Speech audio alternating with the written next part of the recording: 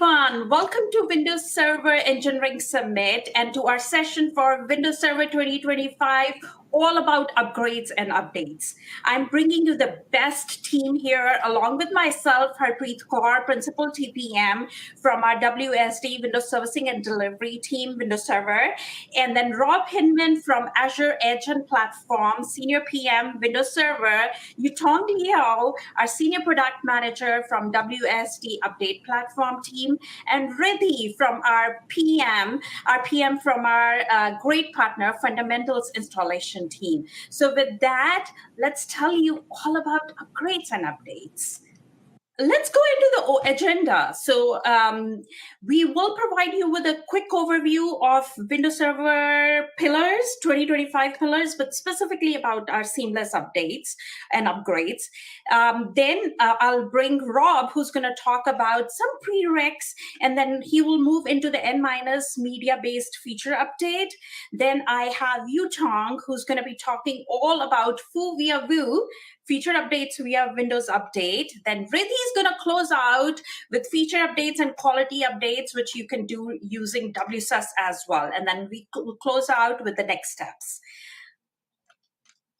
And so with that being said, you may be wondering, right, Windows Server 2025 is coming. We have amazing things which are coming in Windows Server 2025. There's going to be, it's going to be the most secure platform. It's going to have a lot of hybrid capabilities. It's going to have, we're going to retain the Windows Server apps as we modernize as well. But the key pillar is going to be seamless upgrades. That is going to be the focus for today, and that's what we are going to be talking about.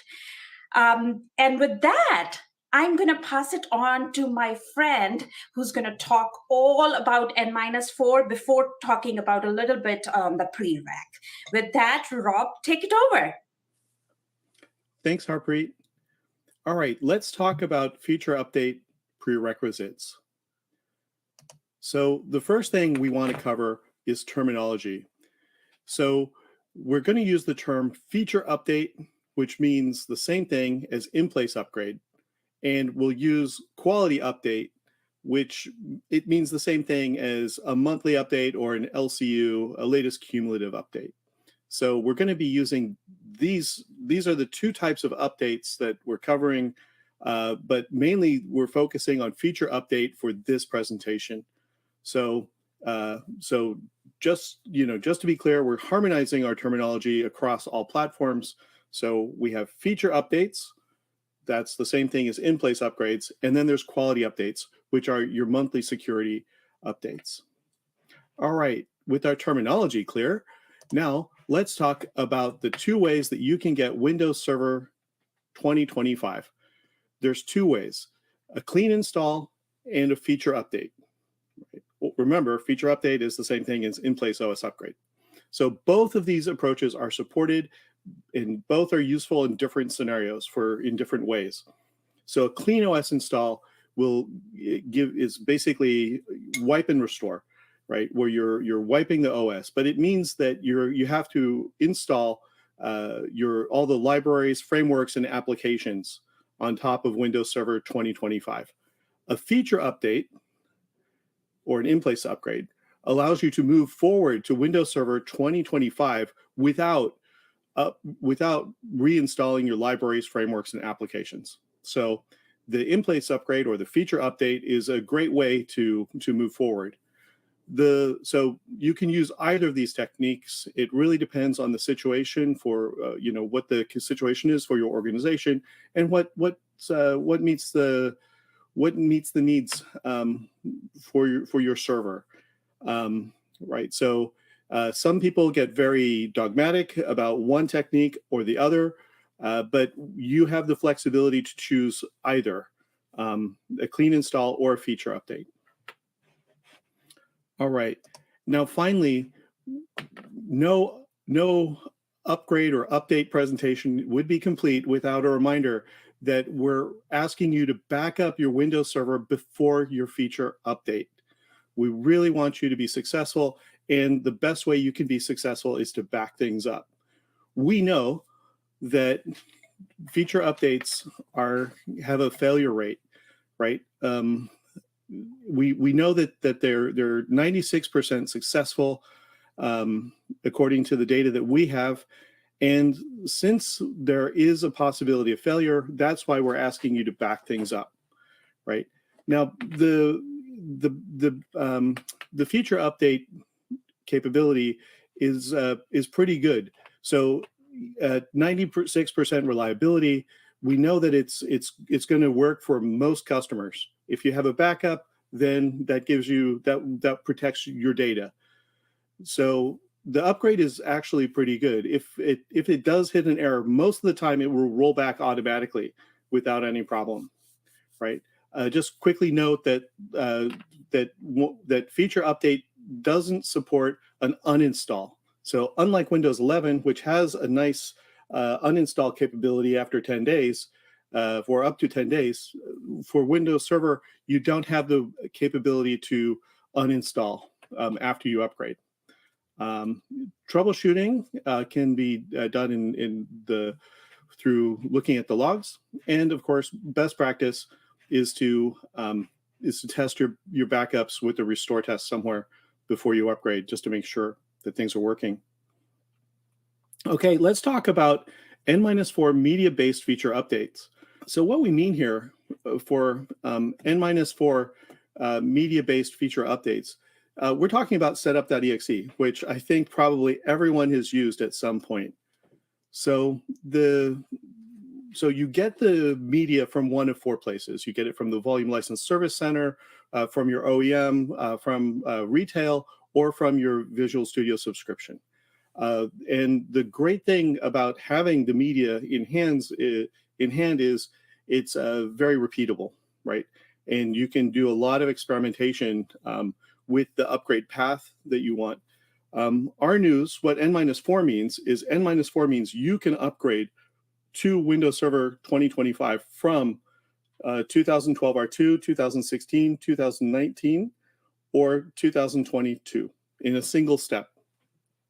So we're testing this full matrix, and we're documenting any problems that we find. Just to be successful, plan for about an hour per server. Check that your server is activated before you upgrade. Realize that if you're a retail or OEM customer, you may need to purchase a product key. Back up your server and the application data. And if there is an issue with upgrade, right, we have log files. The Panther logs will show you where they are. And of course, we're going to document any issues that there are with feature update. Now, also, I want to talk about AppCompat. So internally, we test application compatibility, right? And we've been testing for years. So we have really high confidence that Windows Server 2025 is fully compatible, because we test both clean install and in-place OS upgrade or feature update. We test them both all the time in a continuous loop for many applications. So we're actually very, very confident. And setup.exe technology is also the technology behind all the upgrade paths that we're discussing today. Okay, that's it for me. I'm going to pass it now on to my colleague, Yutong.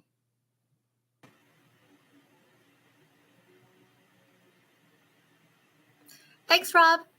If you use Windows PCs, you'll know that it's easy for you to take a feature update.